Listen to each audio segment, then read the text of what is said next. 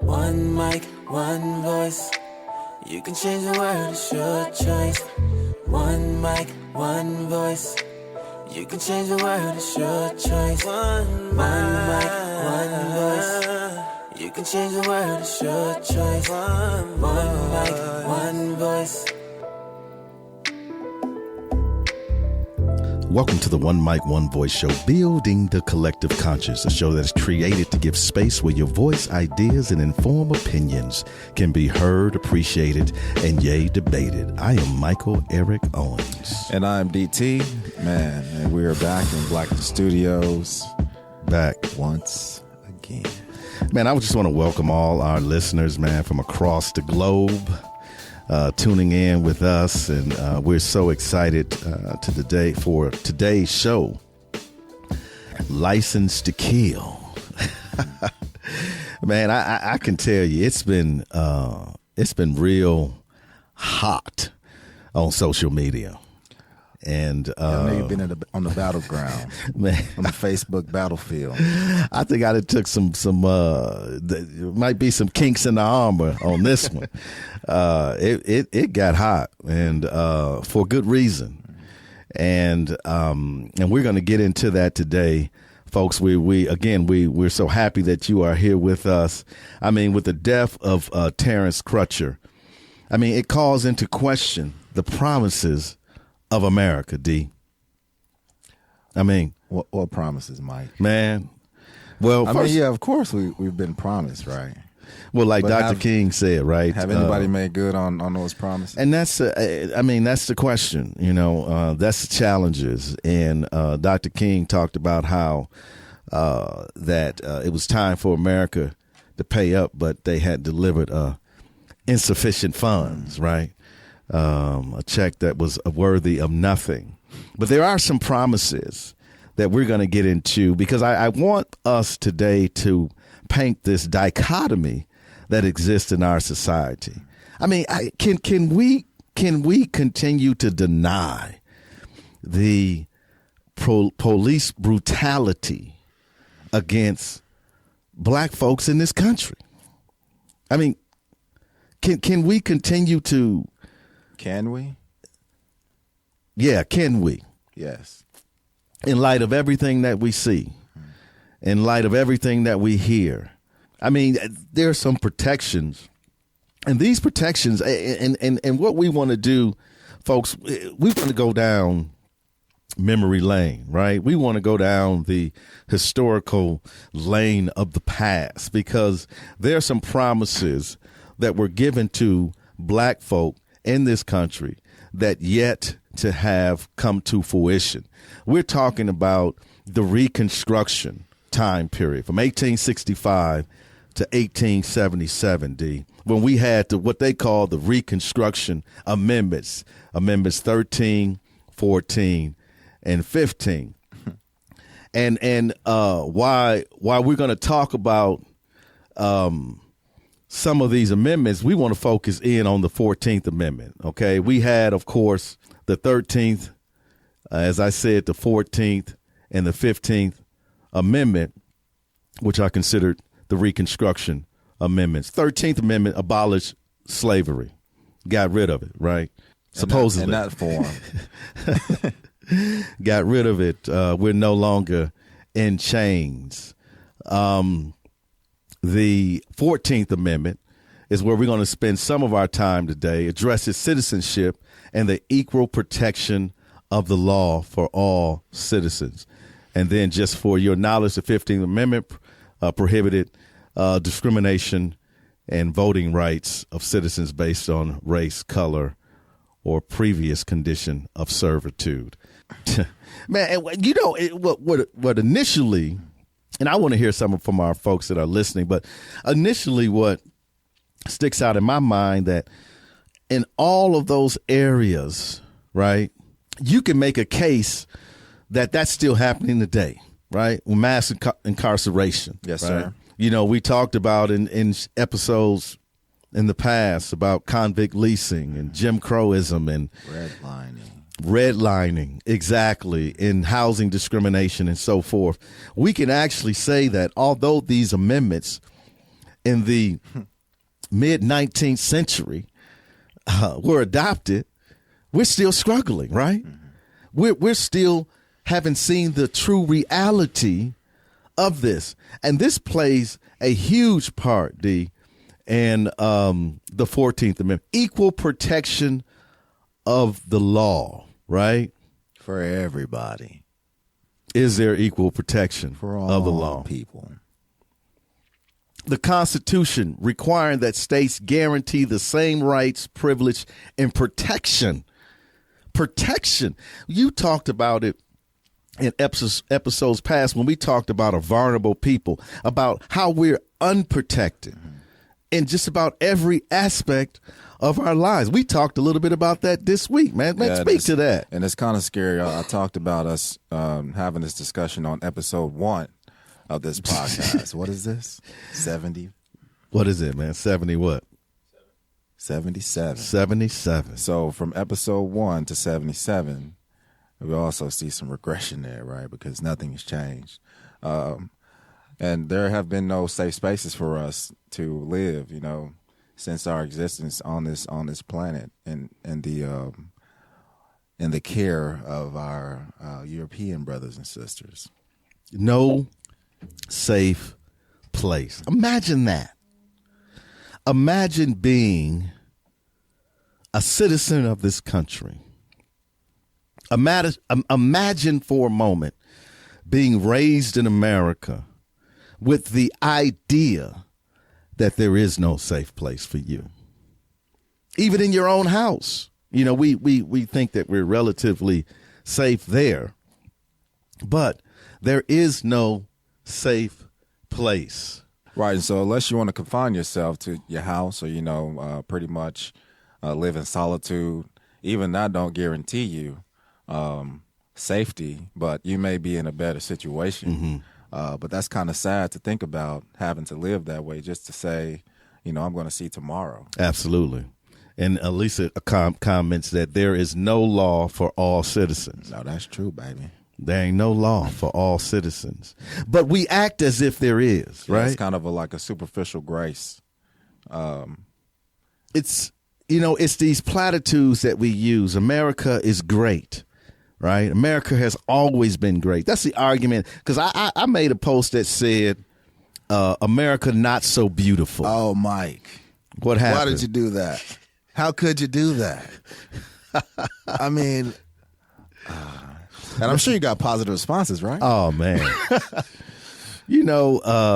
People got upset. Some defended the quote. But the loss in the fantasy world, in the warped reality, in the utopia of American skewed history, some folks are living there. And some folks are saying, if he had just obeyed the officer, obey. That was her words. If he had just obeyed me. Do what I say. Do a grown man obey somebody? Do I obey some? I'm a grown man. I almost said something, Richard. I'm a grown man. I'm obey somebody. The obey the law. That's like a common running theme, though, right? Well, obey the law is different from obeying a person. If he had obeyed me, yes, sir, master. Yes, sir, master. Did you think else I can get for you? Yeah. You want some drink? It is the childlike image of a black man. And because we're going to show you today that there's a double standard here, that plenty white men shoot at white cops, pull out guns on white cops, play games all day with police officers. Okay, and they don't get killed. They don't get murdered. Okay, your boy Dylan Roof, he killed 9 people. Said he was hungry. They arrested him and took him to Burger King. They didn't kill him. Let a black man kill 9 people and see if they take him to Burger King. They even put the crown on his head, I think. Gave him a little toy and everything. I don't think Burger King have Happy Meals. What they call them? You know? Man, somebody, maybe one of our listeners know it's not the Happy Meal. It's something. But folks, listen, stay with us. When we come back, we're going to get into this thing deep because we have a serious problem. You know what? And I'm going to say this, you know, I don't want to make this a black thing. I want to make this a human thing, but I cannot ignore what is happening to people draped in black skin. So we cannot run and say this is not a black thing. And it's kind of crazy that's always the defense that you're making it racial. Oh yeah. You know, you focusing on that race stuff again. You in the past. Man, you always talking about black, man. But, you know, when you think about it and you look at the numbers and you look at all statistics and all these things, you know, what is the information, what is the data telling us about black life and black bodies? Elisa again said obeying her was not the issue. If you heard her comments to her partner prior to the shooting, she had made up her mind he was guilty and dangerous. Exactly. Yeah. We talked about, I think I said her seeing him in the same fear that she would see like a grizzly bear. Yeah. You know? And so, I mean, that attitude, that persona, that way of perceiving someone else as dangerous, it's quite fearful. And we're going to break down the incident, the reaction, and the outcome. Folks, we're going to take a break. We'll be right back. Hey, this is your boy Frog. I'm here with Chris, Justin, and Philip, and we host Turn on the Game, the podcast. The show consists of 4 men commentating on the sports world. It's strictly opinion show. It's as if you were sitting on the couch watching the game with your boys. And you can follow us on Twitter at @TurnOnThe_game. You can hit us up on our Facebook page at Turn on the Game. And you can even follow us on Instagram at Turn on the Game. Or you can listen to us on Podbean, iTunes, Google Play, Stitcher by searching Turn on the Game. You can email us at turnonthegame4@gmail.com. Turn on the Game is sponsored by Blacken Studios, Oklahoma City's premier podcasting studio. Turn on.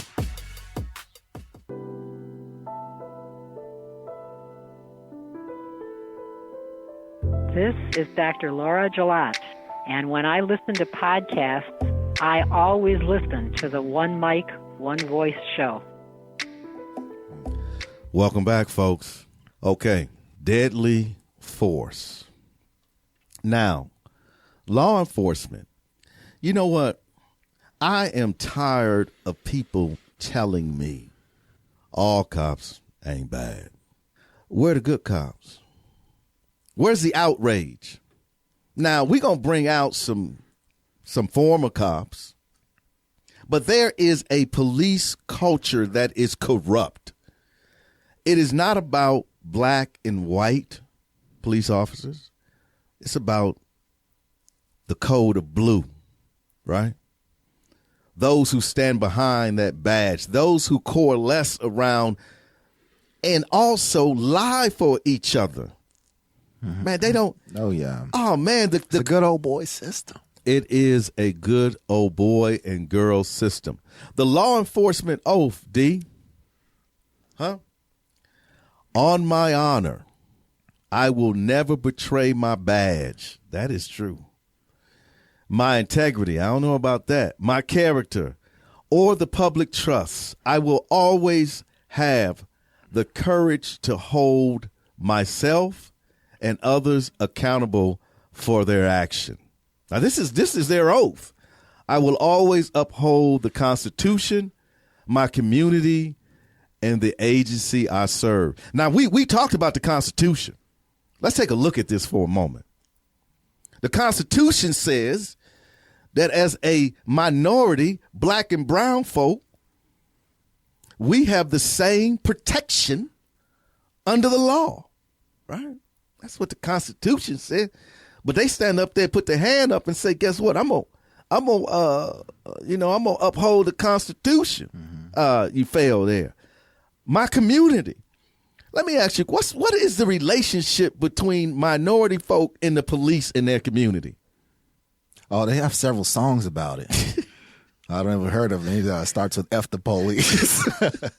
Man. That's a community, that has that perception of police officer. But I mean, that seems to be the norm for most people to not have a positive experience with police. I've never had a positive experience with a police officer, and I've had many of them. Let me say this: did you see that Charles Barkley special on race?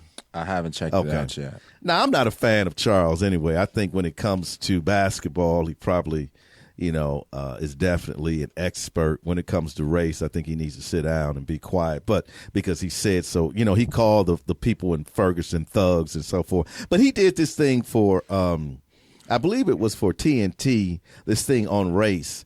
And he went driving around with this one police officer. And what that video showed, and what Charles noticed, is that whenever the cops pulled up, people scattered, man. Mm-hmm. They were in the wind. They were like, gone. If I'm standing out and I see the police pull up, I'm going the opposite direction, because really I don't want to have nothing to do with you, because everything I see, every encounter I see you have with someone that looks like me, it don't end up too good, man. Okay, so I will always, not sometimes, always uphold the Constitution, my community, and the agency I serve. Well, you. Let me tell you what they do. Okay, they true to the agency they serve.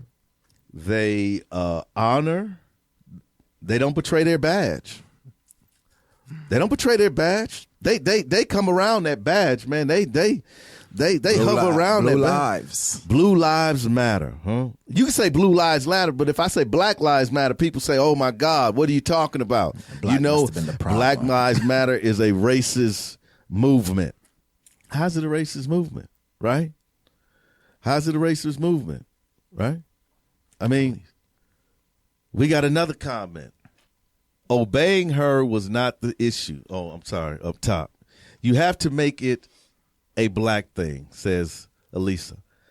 We cannot sit back and pretend that black folks are not being targeted, even though it's 2017. Law enforcement views have not changed in 100 years. Now, you know what? And I'm going to tell you, Elisa is speaking to the same thing you spoke to just, I want to say this morning. Mm-hmm. And the fact that, and I text back to you, you said that nothing has changed, language, procedure, or perception. Mm-hmm. Nothing has changed.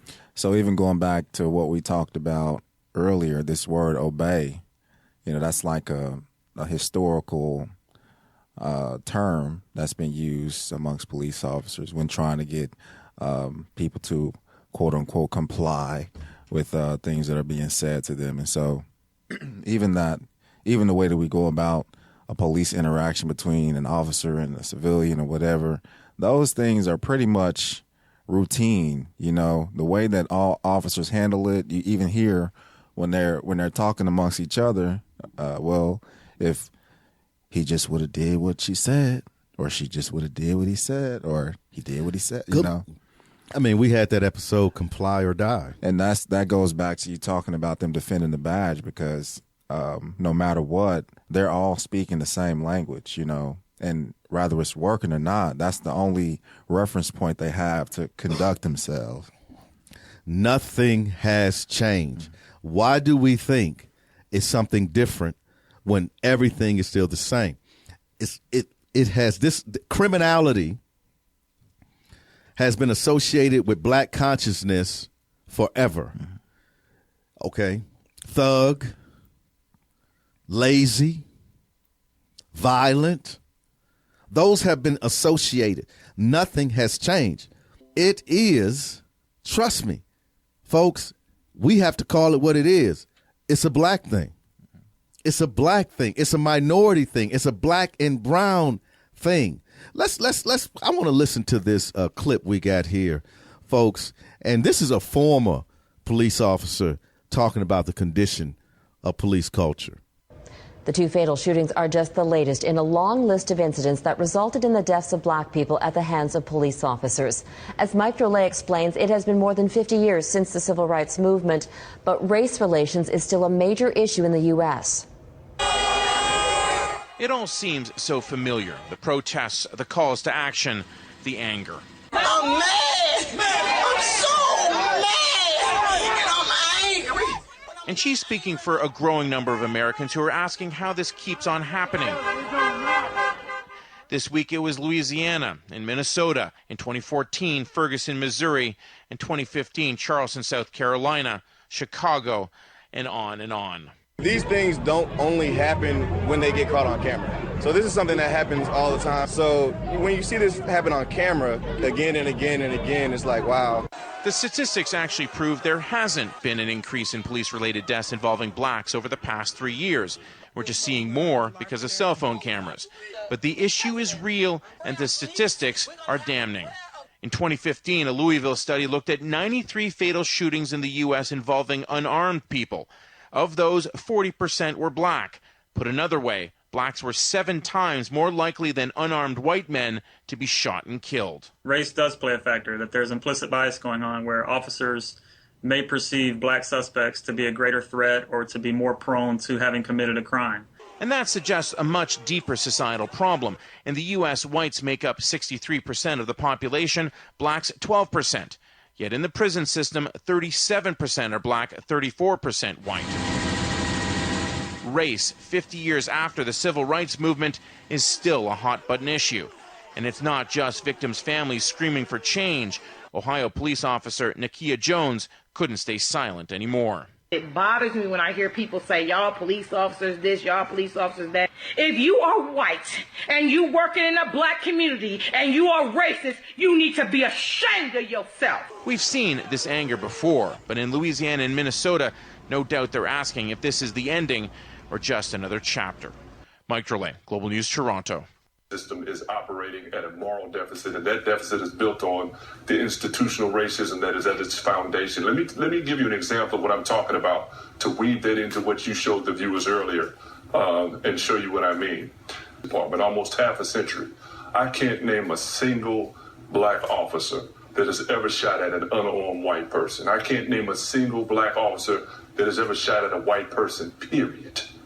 So restraint is possible, even in dangerous situations, even when you face risk that you've been trained in simulated environments to face. Restraint is possible, but it is black lives that are freely discarded in our process, and it is black lives that get triggers pulled on them, whether it's warranted or not, with zero expectation of accountability. And that is what's going to change, I think, in the powerful movement that you've seen young people build out around the nation. A new development that you can anticipate, because I've been a part of conversations around it, is that blacks and Hispanics and people from marginalized communities who work in the criminal justice system, including police officers, prosecuting attorneys, defense attorneys, corrections officers, who work in that system will join together to collectively make an effort to remake it, not reform it, because I believe that the system is functioning exactly as it was meant to be.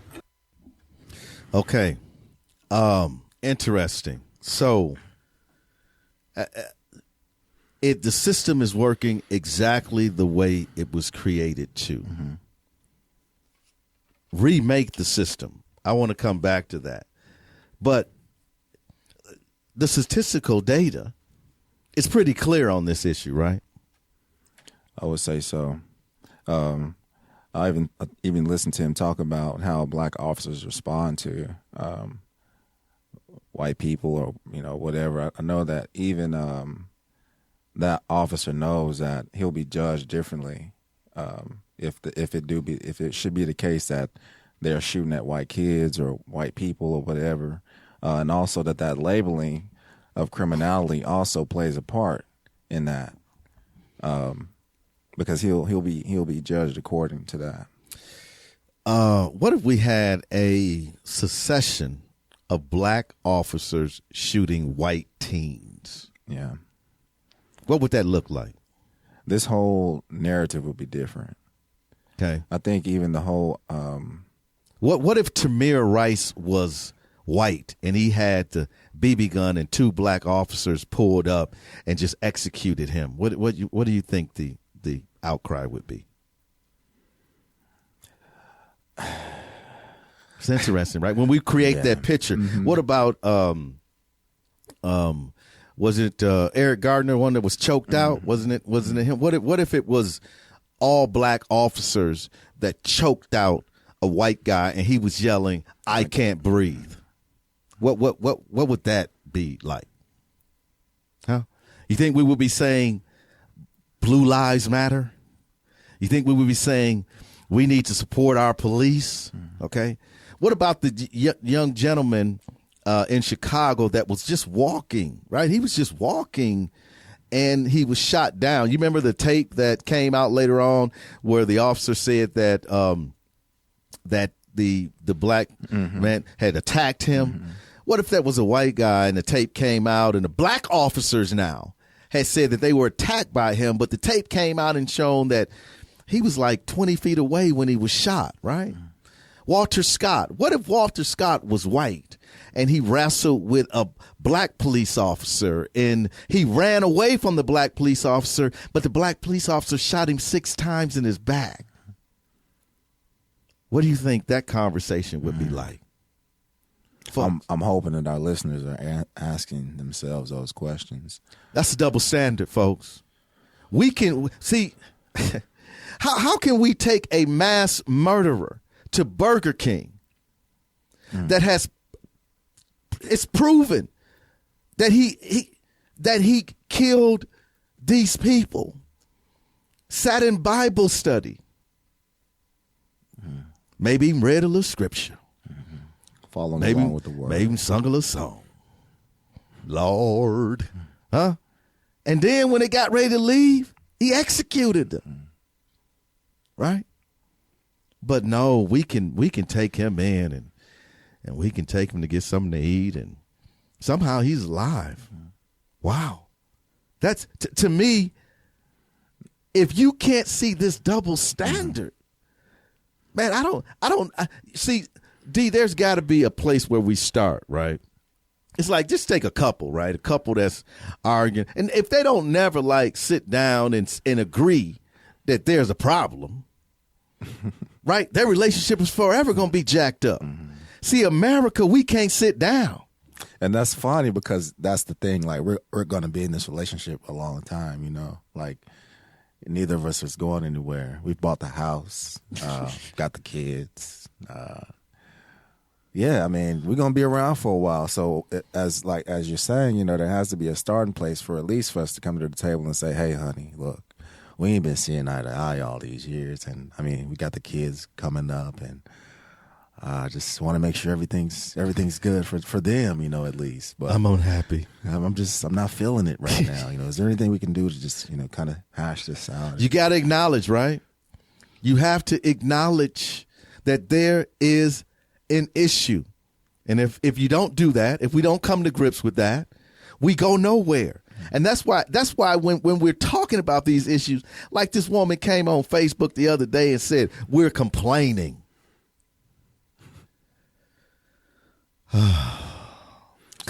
You know what? Solange has a song out, right?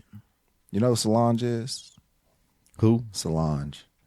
Beyonce's little sister. Nah, bro. Oh, wow. Okay. Don't show no love to. But anyway, she has this song called Mad on her album, right? And she's like going through this whole thing about being angry.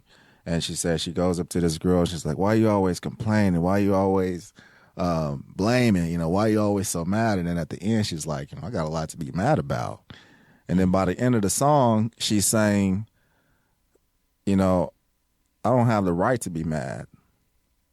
And after I was hearing the first lady on the video, it reminded me of that, because even when we express our anger, it come off as complaining, you blaming somebody else. It's not realistic. Yeah. And it shows you that there's really not a place for you to express your anger. Absolutely. For you to be mad, a space for you to be expressing that part of yourself, that have disdain for what your circumstance is, without somebody also coming to you and saying, hey, man, You got to pull yourself up by your bootstraps. Or you got to get over it. Or like I was told, I need to direct my energy in a different place. How you gonna tell me where to direct my energy at? This is a problem. And DT, you're exactly right. The issue is that there's no space where you can be heard, where your voice can be heard, where people can really listen to you and try to understand where that pain comes from. They're not listening. When I'm trying to tell you my experience and you say America's great, when I say America's not so beautiful, and you say, well, America's great. What I said to this person is, you should have asked me why. Why do I think America is not so beautiful? Why don't you ask me that instead of telling me what America is? Because you're telling me what America is to you.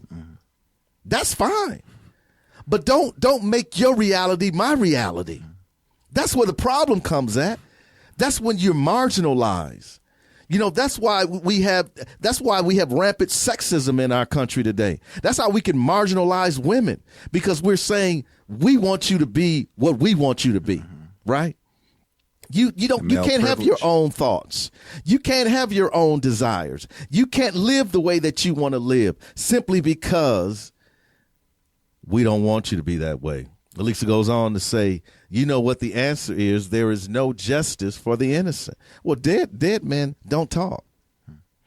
You know, Shelby said that she was elated and proud in her jury. It was her jury. Crutcher didn't have a jury. Dead men don't tell tales, brother. Can't say a word. Listen, there is no justice for the innocent. No justice for the innocent. Folks, hang in. We're gonna take a break. We're getting a little deeper. We'll be right back.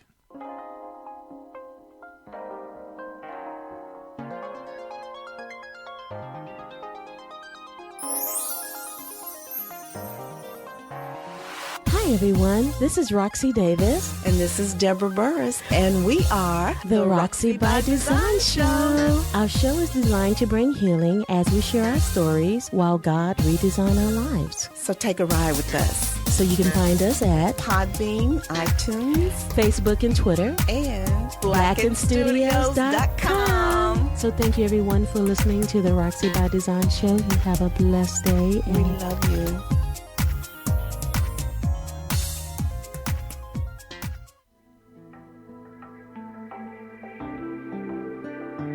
This is DT of the One Mic, One Voice podcast. Just want to let you guys know you can go over to iTunes and search us at One Mic, One Voice, and be sure to rate and review our episodes.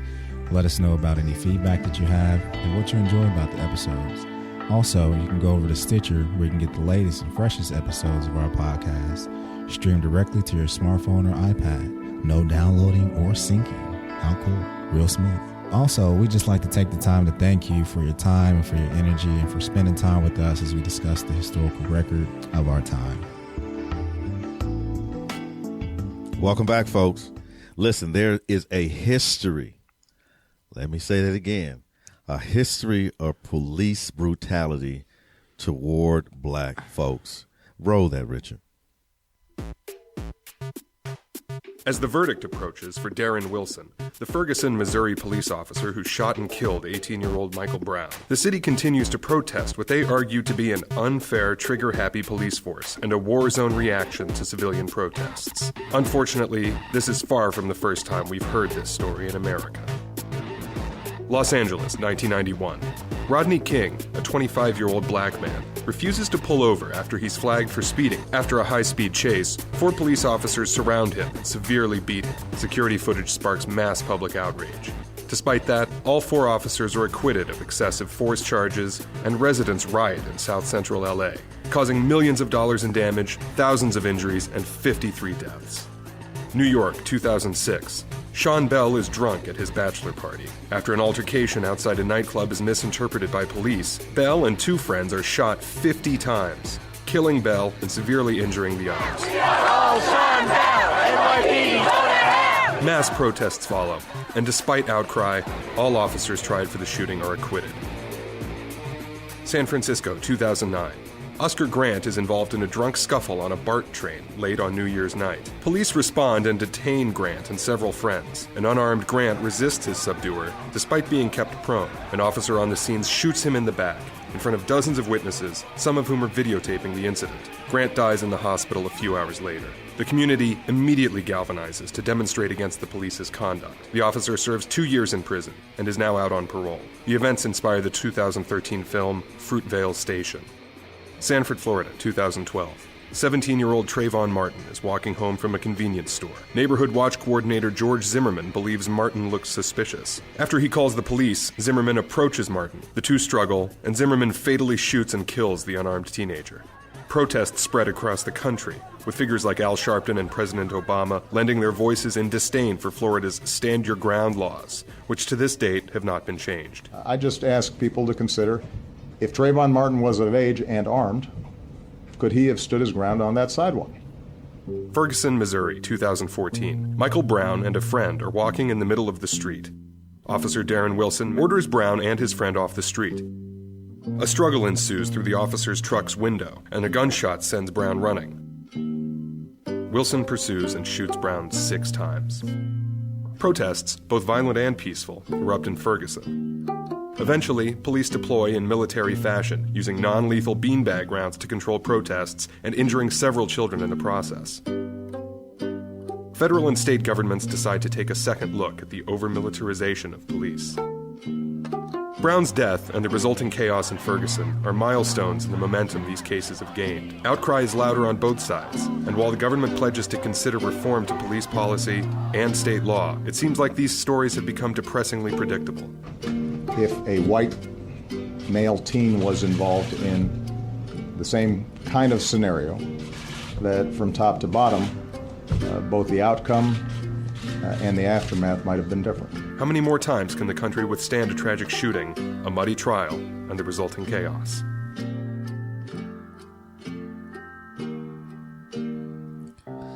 How many more times can the country endure a shooting, a death, a trial of innocent black and brown people? How many more times? You know, back on a few episodes back, I was asking us, by what episode do you think it would be that we wouldn't be talking about this stuff? And at the time, I think I projected maybe, 50. Yeah. We're at 77. We're at 77. And I think we'll be at 2077. Because it's never ending. Mm-hmm. Because as you said, nothing has changed. Elisa goes on to say, you gentlemen talk about how angry you are, and when you speak your mind, people don't like it. I say men like you help white folks like me to educate others as myself. If we can get enough folks of all color to convince law enforcement to change their policies, maybe we can save one life. Man. That's kind of deep right there. It is deep. Mm-hmm. It is deep. It's the reality. Because the culture, again, is corrupt, right? How many times are we going to see officers being acquitted? All right, we're going to talk about one here coming up just in a few seconds, a few minutes. What's interesting is that, she used the word, convince law enforcement to change, like by what method of convincing is now necessary, because it seems like we've seen every scenario, innocent, hands up, hands back, hands down, how do we get that picture across to our law enforcement? Not necessarily convincing them, but to realize a reality that has been going on for a long time and really take a stand on this thing. Yeah, the word convincing is interesting. I think right along the police officers work for us, right? No, they don't. They don't? No, they don't. Are they supposed to? Theoretically, they are. They have a license to kill. They don't work for us. It's hunting season for them.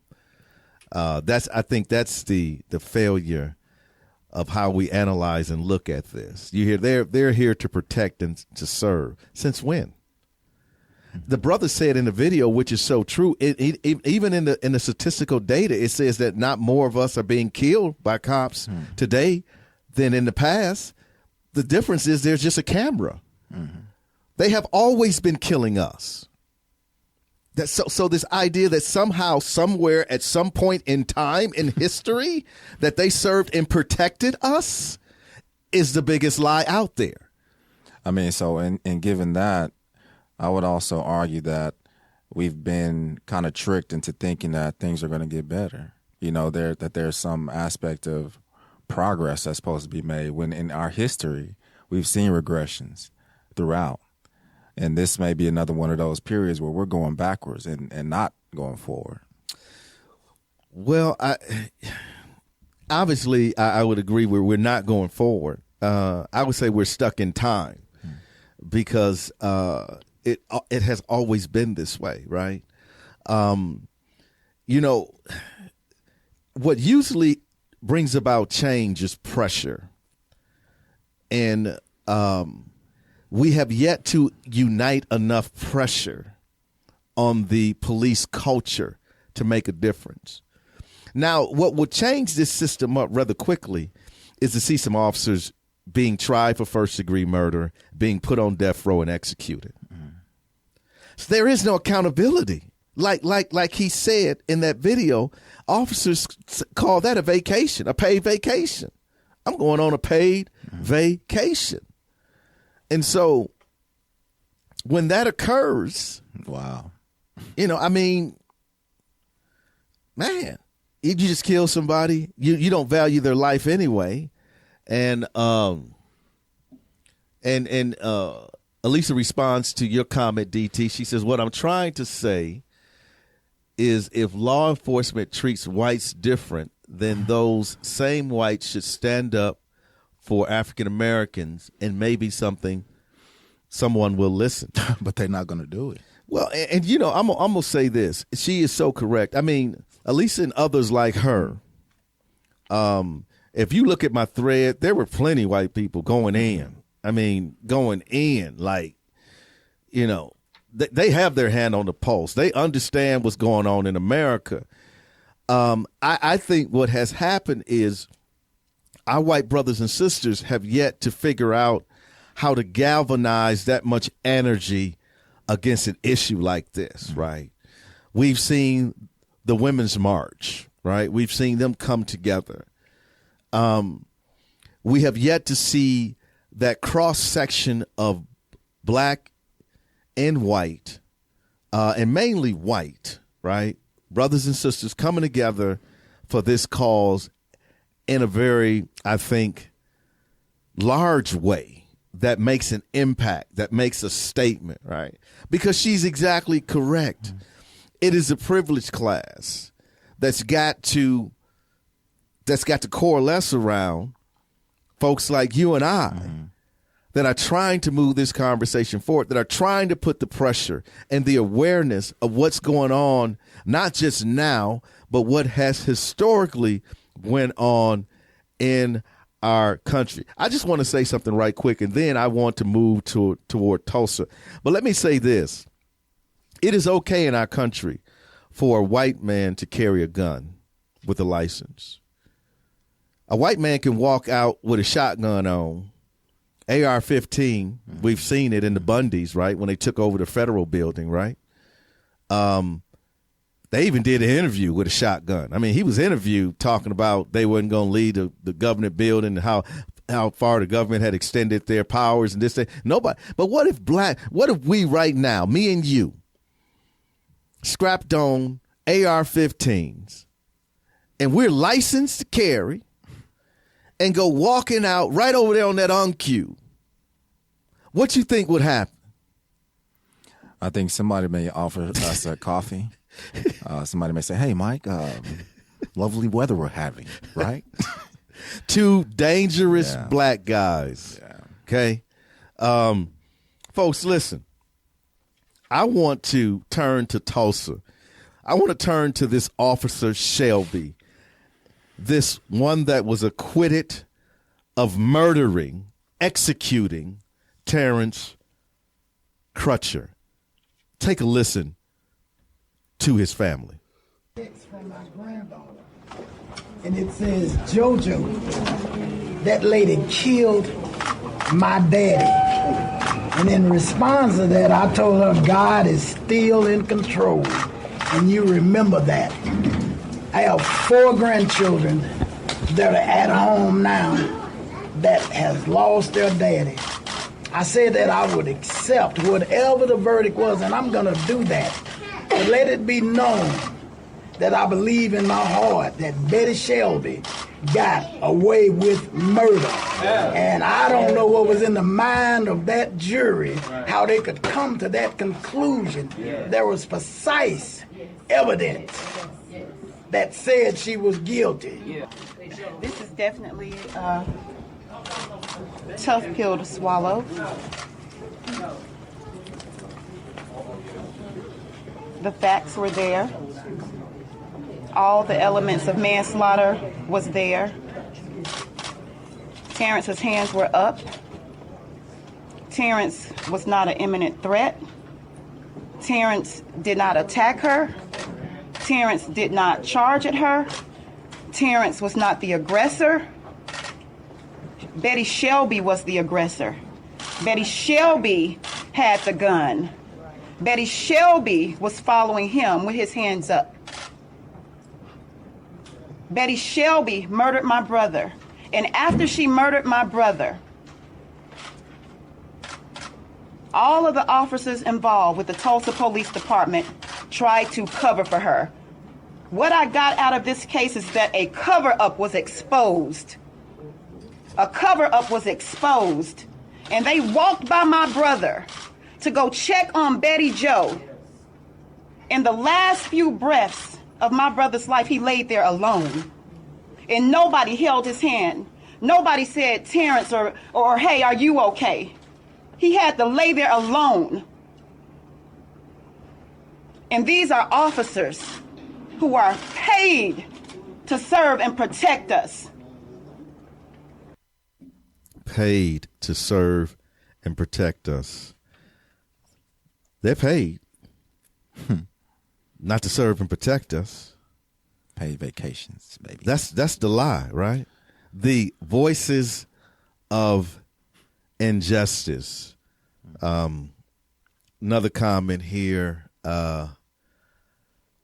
from one of our white listeners says, "Dear white people," this is a quote that she's posting. "Dear white people, no one is asking you to apologize for your ancestors. We're asking you to dismantle the system of oppression that built that you maintain and benefit from." Mm-hmm. That's the truth. As somebody who recognizes privilege. Absolutely. Absolutely. Folks.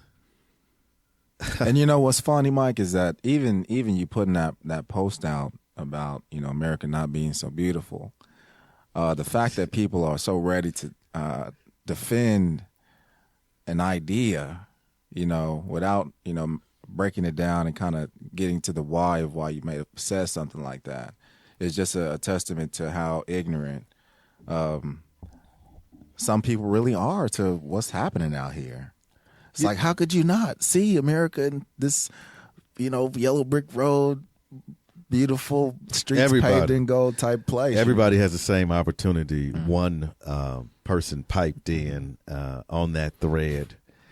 And I asked the question, took him a long time to answer it. Well, when was the last time you've been through a black community or been to a minority school? Well, now I said, why won't you answer my question? Why won't you? I know he's living in an affluent area. Hey, Mike, ask me that question. Oh, I know you've been through Friday. One. Yeah, Friday, right? Last week. This whole year. We know the difference. We see the difference. We experience the difference. You see, this is what I want my non-socially conscious white brothers and sisters to understand. mainly as black people, we live in two worlds. We live in a black world and a white world. We see the difference. Our non-socially conscious white brothers and sisters live in one world, a white world. And in that world, you don't see what we see. That's why I said to him, come with me. Let me take you to this other world. Oh, they don't want, no, America's great. Well, let's see where America's not so great at, right? Let's go where poverty is high. Let's go. Matter of fact, let's take a trip to and visit some brothers in prison. See, it's a world that they don't see, and if you don't see it, and if you don't experience, it's easy to be in denial. Out of sight, out of mind. It is easy to be in denial. But let me say this: the list, D, goes on and on, and I don't want to, I don't want to belabor the point, but Eric Gardner,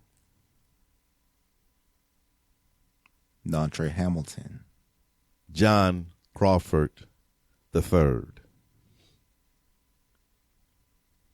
Ezell Ford, Michael Brown, Dante Parker, Tanasha Anderson, Romaine Brisbane, Tamir Rice, Tony Robinson, Jeremy Reed, Philip White, Eric Harris, Freddie Gray, Walter Scott. Now, just imagine for a moment, right? But let me say one more name. Okay. Terrence Crutcher. Names of unarmed black men killed at the hands of those who are called to, quote unquote, serve and protect. These are just the ones we know about. The list is longer than that. We just kind of went through the list and picked some names, but all of them are 10 toes up. All of them are dead, gone, history. All of them were demonized at their trial, called thugs, crooks, criminals. You see, blacks are not protected, but our white counterparts are. Listen. So I hear all the time about Second Amendment rights, and Cenk, you don't understand. We need our guns. We need the good guys with guns to protect us from the bad guys from guns and to protect us from the government. Now, last night when Philando Castile had a licensed weapon and he was pulled over for a busted taillight, and he told the officer, just like he's supposed to, a good card-carrying gun owner, he said, "Officer, I have a licensed weapon here." Okay, great. Officer, of course, flipped out because he's black and said, no. Okay, now. He said, "Go now, show me your ID." And he goes to show him his ID, and the cop shoots him. Wait a minute, where's the NRA? They should be screaming from the rooftops today. Philando Castile should be their new hero. He should be their poster boy for how the jackbooted thugs of the government will shoot and kill people with perfectly legal right to carry arms. That he was exercising his Second Amendment rights. Instead, what have I heard from conservatives for the last 24 hours? Well, of course the cop shot him. He had a gun. And then I heard, oh, well, if white people have a gun in similar situations, well, of course they're going to be shot too. Really? Now, I remember a lot of people on the Clive and Bundy ranch. I remember them pointing guns at cops. I don't remember them getting shot. Now, they were so brazen, so over the top, so used to threatening assault and murder of police officers and pointing guns at police officers. Eventually, in Oregon, one of the guys associated with the Bundy guys came out, was giving an enormous amount of time walking around with a gun in his pocket, a gun that he had threatened to murder cops with before and finally was shot. One. The rest, all heavily armed, taken into custody, no problems, nobody shot. That guy was given all the time in the world. The Clive and Bundy people were given years. Tamir Rice was given 2 seconds. And he was a 12-year-old boy. And he didn't have a gun on him. He had a toy gun. But they never bothered asking. So now we've seen over and over again. Alton Sterling, just a day ago. Well, he might have had a gun. Was it in his hand? No. Were there 3 cops on top of him? Yes. Was one cop pointing a gun right at his chest? Yes. But it's a black guy who might have a gun. Boom, boom, boom, boom. Put him down. Put him down. 2 seconds flat. Another shooting in a Walmart in Ohio. That one, I think, took 6 seconds before he was killed. I think he was shot in 3 seconds and killed in 6 seconds. Now, I'm told, no. White people, if they got their hand on a gun, cops are going to put them down. Or, what if they're walking around with rifles and the cops are in the vicinity? They're going to put them down right away, 2 seconds flat, because there's no such thing as a difference between white and black people in America. Really? Well, let's take a look at this clip. Okay. And last you saw him was right in front of the Dairy Queen? Yes, I'm watching right now, just down the street, directly in front of the Dairy Queen. I can have somebody block down Court Street from the east and the west, please.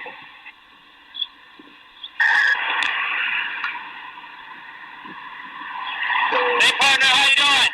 We're on Fire Channel. Do you have traffic? Can you set that down real quick and talk to me? Place the weapon down on the ground, please. Place the weapon down on the ground. Place the weapon down on the ground, please. Place the weapon down on the ground. I just want to talk to you.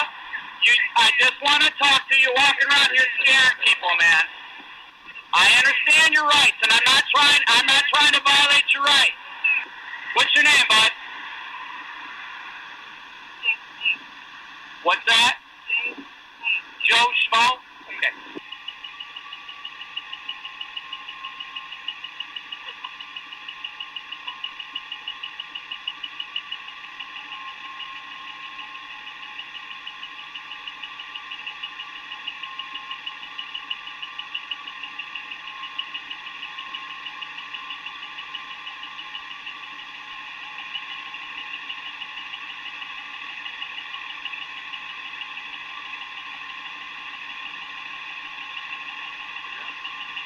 Guy crosses his legs, not a care in the world.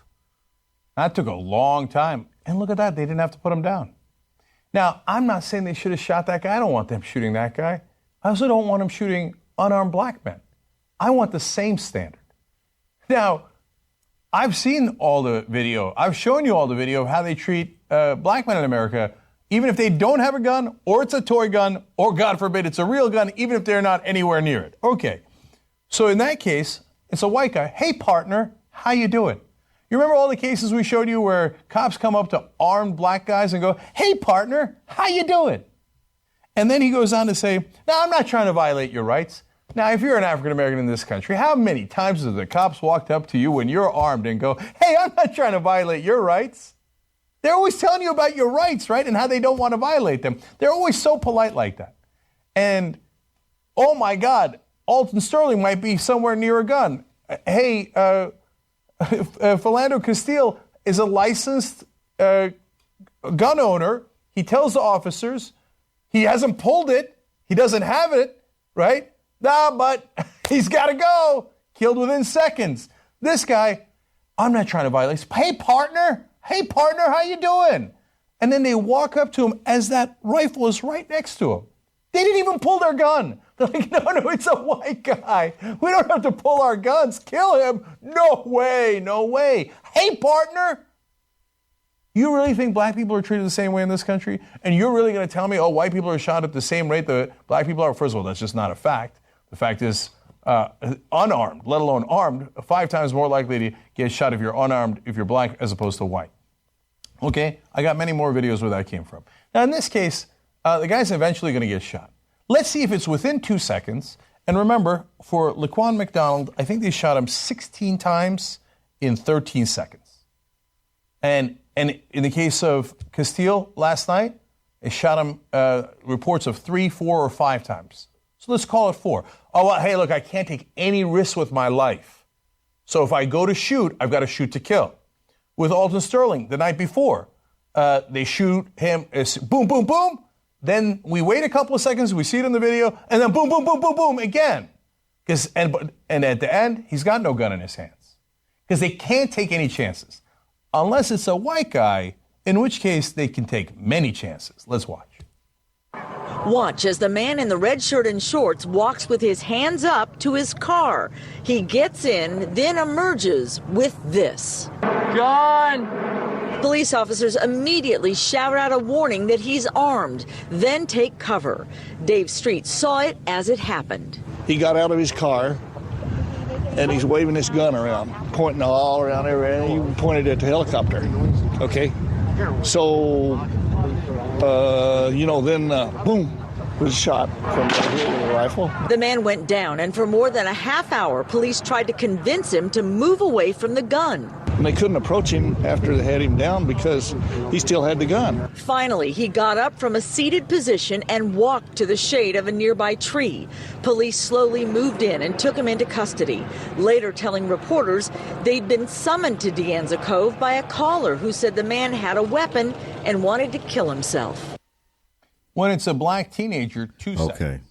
Okay.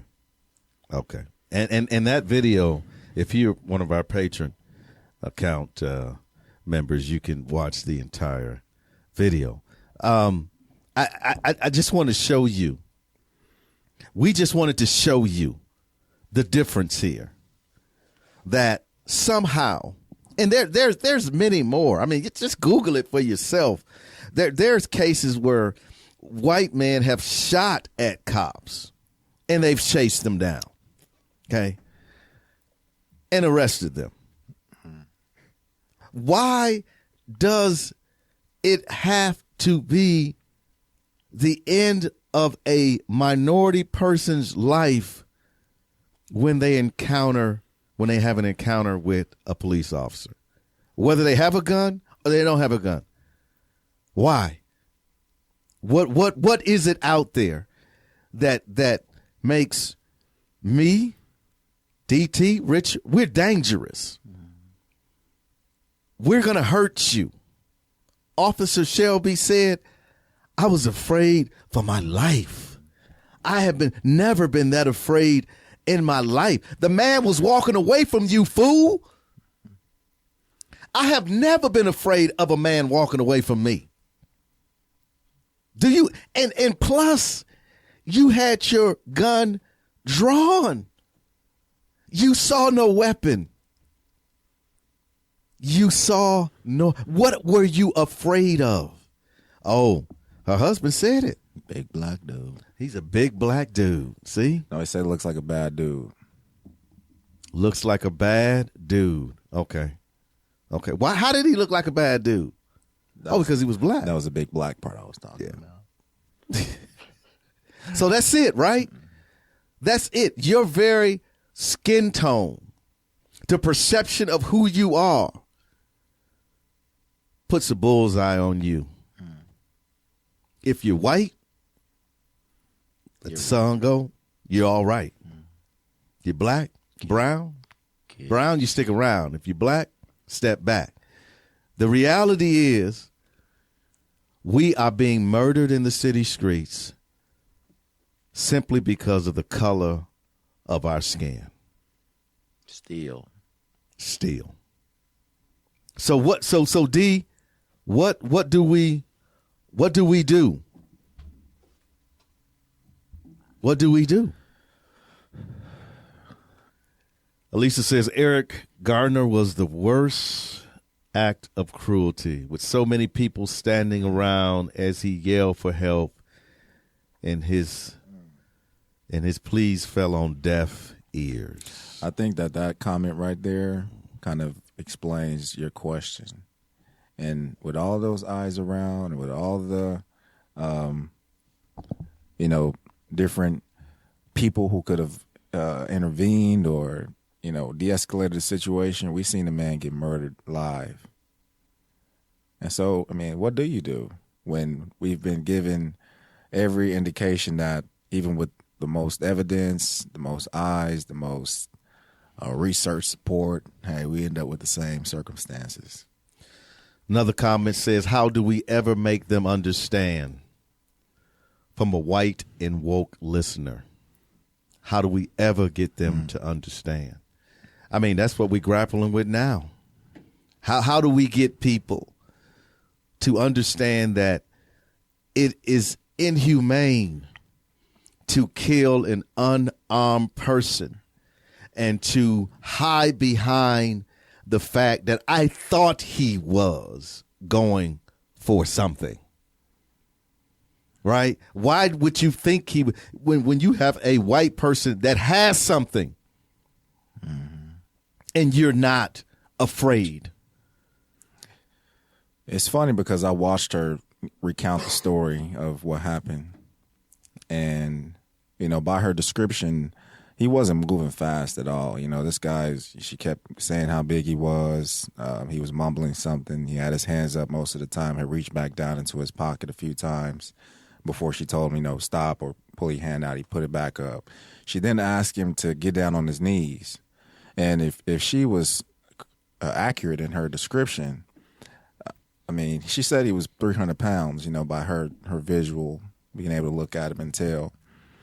And I don't know about you, but I mean, hey, if I'm 300 pounds, it might be a little difficult for me to just get out on my knees, you know, real quick, especially if I'm under the influence of something.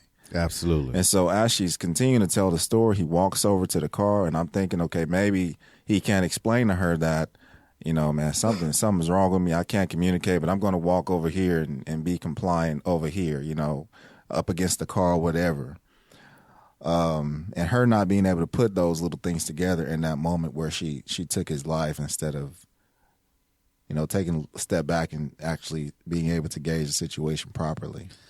But that fear element is something that we can't always embody that for other people, you know, what that feeling was. But that's her defense. It's her fear. That's all their defense. They always say they're afraid for their life. That's a common defense. I was afraid for my life. I thought it was him or me. When she had a gun out, he was pretty scared too. Absolutely. Don't you think he was afraid for his life after all that we've seen? We've seen the encounters with police officers. Don't you think black men are afraid for their lives too? But see, black dead people tell no And tales. That's what's important, is that they're more afraid than you are. They say they are. We mentioned earlier, I'm talking about black men are more scared of the police than police are scared. We have no weapon. We have no tactical training. Okay? We don't go through scenarios like this. They do all the time. They're shooting their weapon all the time. They have a license to kill. We don't.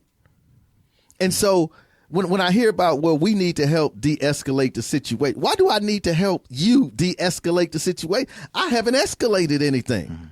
You pull me over. You approaching me. You're bothering me. So how am I escalating anything? I mean, it's when you put the onus on the person and not the police officers get paid to do a job, right? They get paid. If you afraid, then get the you don't need to be there. If you are scared, put down your gun. Man, there are so many other jobs you can be happy. You can work at Chuck E. Cheese, smile. Maybe she can work at Whataburger.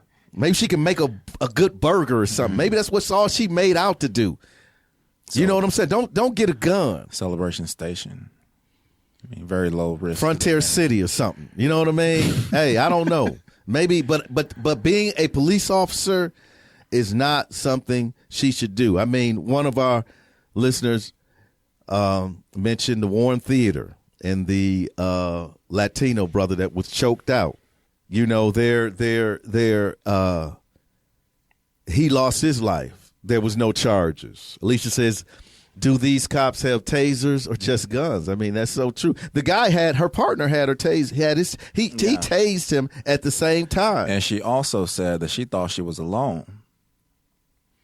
She says in her area, the cops have more tasers than guns. How about K9s? Why is there Why is their answer always deadly force? Man, that's the culture. This is what I'm going to say, folks, because we got to get out of here. License to kill. This is what I'm going to say.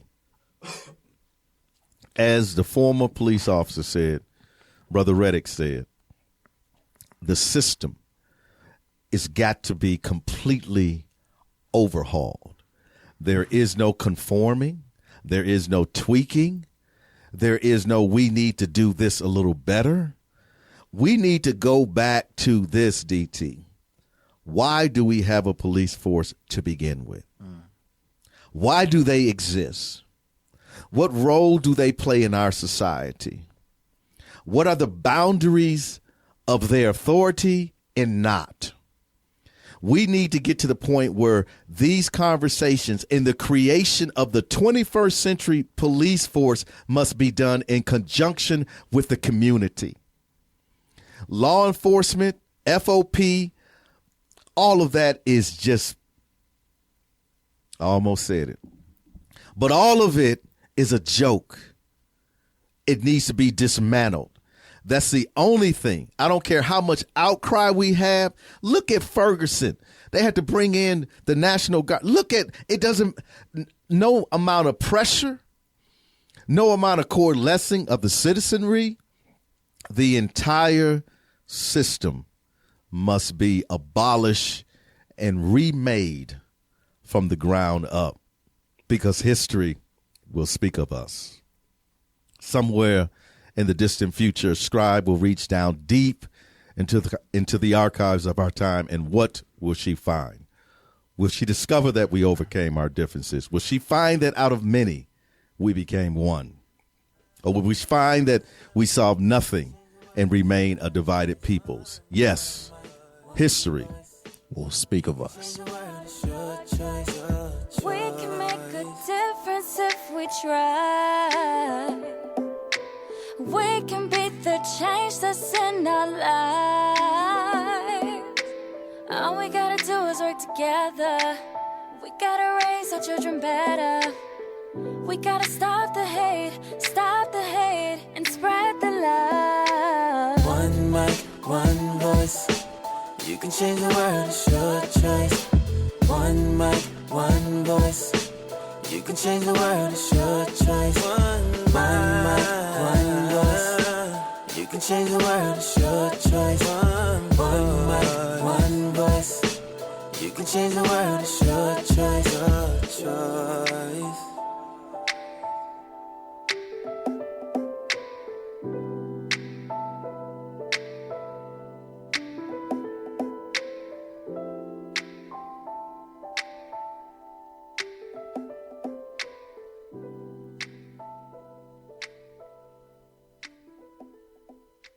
Today's broadcast is being brought to you by Blacken Studios. To learn more about Blacken Studios, please visit them at blackenstudios.com or visit them on their Facebook page, Blacken Studios. Today's broadcast is also being brought to you by Perry Publishing and Broadcasting.